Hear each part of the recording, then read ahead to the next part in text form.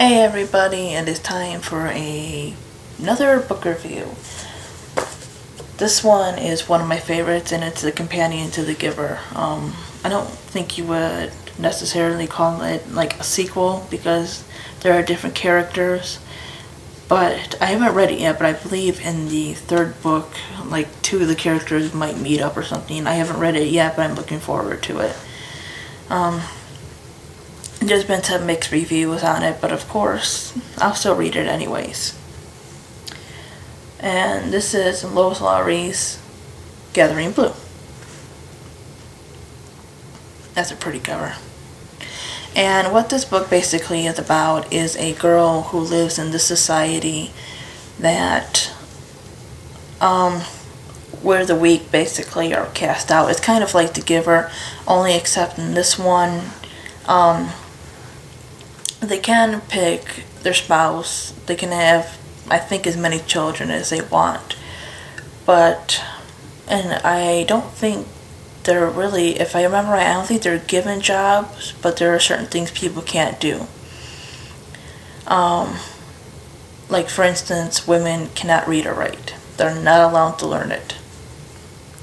Whereas in The Giver, women worked, but everybody, male and female, was assigned a job and two kids, and their family was set out. Certain things were controlled, like they never had snow, they couldn't see color, stuff like that. It was more futuristic in a way. Not like, the whole hardcore sci-fi kind of thing, but, you give that general idea that it was a future-controlled society. Whereas this one seems kind of, like, backwards in time. Like, they live, like, centuries ago, where the people on top, who were, richer, and stuff like that, made all the rules while, the poor people did the hard labor and were treated like crap. This is kind of like how this society here is. And the story goes that Kira is a girl born with a twisted leg, and her mother keeps her, alive. She doesn't let them throw her out, because usually they'll take people who are deformed and stuff and put them in this forest and basically leave them to die. Well, Kira's mother ends up dying, and what happens is Kira has a skill. She's gifted at weaving, like baskets and or like clothes and stuff, because I think they use like spinning wheels and stuff like that. Yeah, it's like really backwards in time here.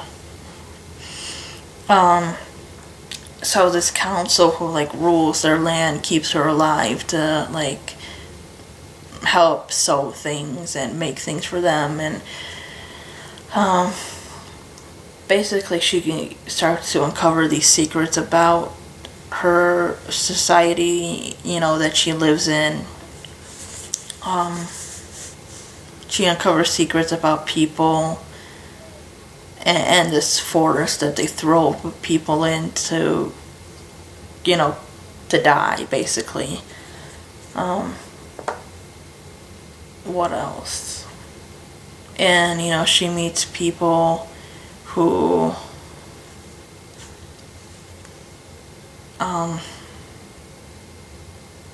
what was I going to say?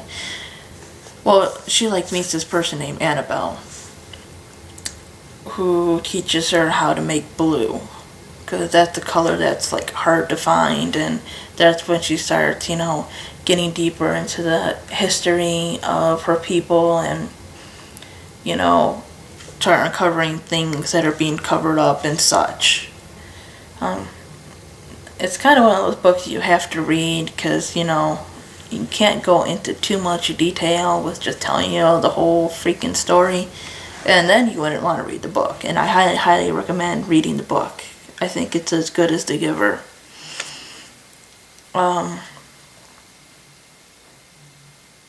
Yeah. I will read you the back so you get a basic idea. It says Kira is an orphan with a twisted leg, lives in a world where the weak are cast aside. She fears for her future until she is spared by the all-powerful Council of Guardians. Kira is a gifted weaver and is given a task that no other community member can carry out. While her talents keep her alive and bring certain privileges, Kira soon realizes that she is surrounded by mysteries and secrets.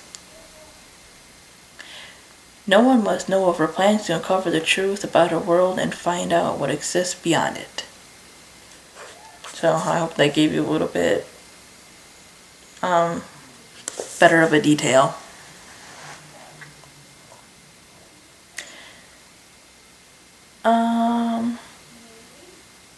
Yeah, that's all I can say about this. Like I said, without giving things away, and it's been a while, like over a year since I've read it, but it is a great book. I recommend The Giver and I recommend this, both of them highly. So you can read either book, it doesn't matter really in what order you read these two. You might want to start with The Giver and then go on to this one. So you can kind of compare the two. Because while they are different, they do have similarities to them. But it's in a way where the author kind of makes you think about this way and how things might not work another way. And how both can be bad. So, read Gathering Blue.